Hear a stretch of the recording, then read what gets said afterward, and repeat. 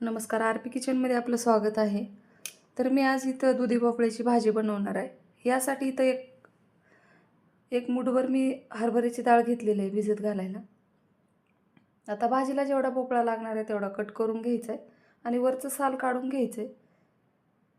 भोपळा सुरुवातीला धुवून घेतलेला आहे आणि भोपळा कडू आहे का गोड आहे ते बघून घ्यायचं आहे, कारण कधी कधी भोपळा कडू लागतो. आता अशा पद्धतीनं कट करायचे, थोडंसं मधलं बी काढून घ्यायचे आणि नंतर भाजीला बारीक फोडी बनवून घ्यायच्या.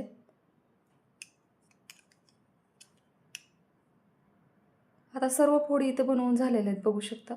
तर एकदम छान अशा फोडी बारीक तयार झालेल्या आहेत. तुम्हाला माझा व्हिडिओ थोडा जरी आवडला असेल तर प्लीज व्हिडिओला लाईक करा, चॅनलला सबस्क्राईब करा. सबस्क्राईब केल्यानंतर बेल आयकॉन प्रेस करायला विसरू नका. ऑलवर क्लिक करा, म्हणजे माझ्या प्रत्येक व्हिडिओचे नोटिफिकेशन सगळ्यात आधी तुम्हाला येईल. हाईप या ऑप्शनवर क्लिक करून जे काही पॉईंट्स असतील ते द्यायला मात्र विसरू नका. तुमचे एक लाईक, एक सबस्क्राईब आणि या हाईपचे पॉईंट माझ्यासाठी खूप महत्त्वाचे आहेत. आणि छानशी कमेंट करा. चला रेसिपीकडे वळूया. तर त्याचबरोबर इथं भाजीला टाकण्यासाठी थोडीशी कोथिंबीर धुवून घेतलेली आहे, ती पण कट करून घ्यायची. आता लसूण, अद्रक आणि थोडंसं खोबरं घेतलेलं आहे, याचं बारीक वाटण करून घ्यायचे.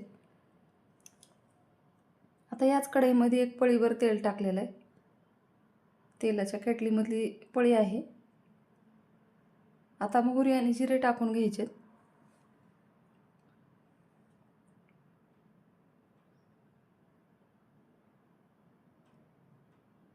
आता इथे लसूण, अद्रक आणि खोबऱ्याची पेस्ट टाकलेली आहे.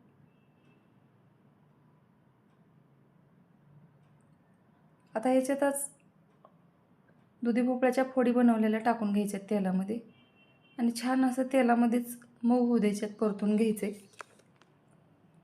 आता ह्याच्यातच भिजलेली हरभऱ्याची डाळ टाकली. तर या डाळीमुळं आणि त्या दुधी भोपळ्याची चव एकदम छान लागते. त्यामुळे एकदा नक्की डाळ टाकून भाजी बनवून बघा. आता ही थोड्या वेळ तेलामध्ये परतून घ्यायचे डाळ आणि दुधी भोपळ्याच्या फोडी. आता इथे छान अशा फोडी पण मऊ झालेल्या आहेत. चवीनुसार मीठ टाकायचे. घरगुती काळं तिखट टाकायचे.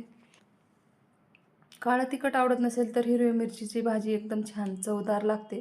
तर याची रेसिपी मी हिरव्या मिरचीची टाकलेली आहे. धने जिरे पावडर टाकून घ्यायची अर्धा चमचा. आता ही तेलामध्ये छान असं परतून घ्यायच्यात फोडी. आता मी बाजूच्या गॅसवर पाणी गरम करण्यासाठी ठेवलेलं आहे. आता या भाजीमध्ये ओतून घ्यायचे. आता याच्यात गरम मसाला टाकायचा विसरला होता, ते पण टाकून घेतले. आता याला झाकण ठेवून 5 मिनिट शिजवून घ्यायचे.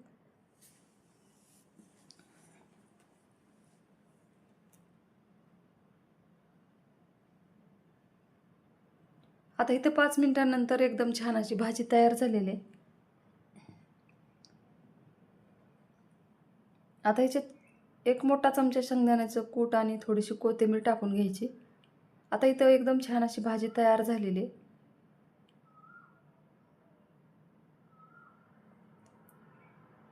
आता एकदम चवदार आणि खमंग अशी भाजी लागते. एकदा नक्की बनवा. माझ्या चॅनलला सबस्क्राईब करा, लाईक करा, शेअर करा. व्हिडिओ बघितल्याबद्दल धन्यवाद.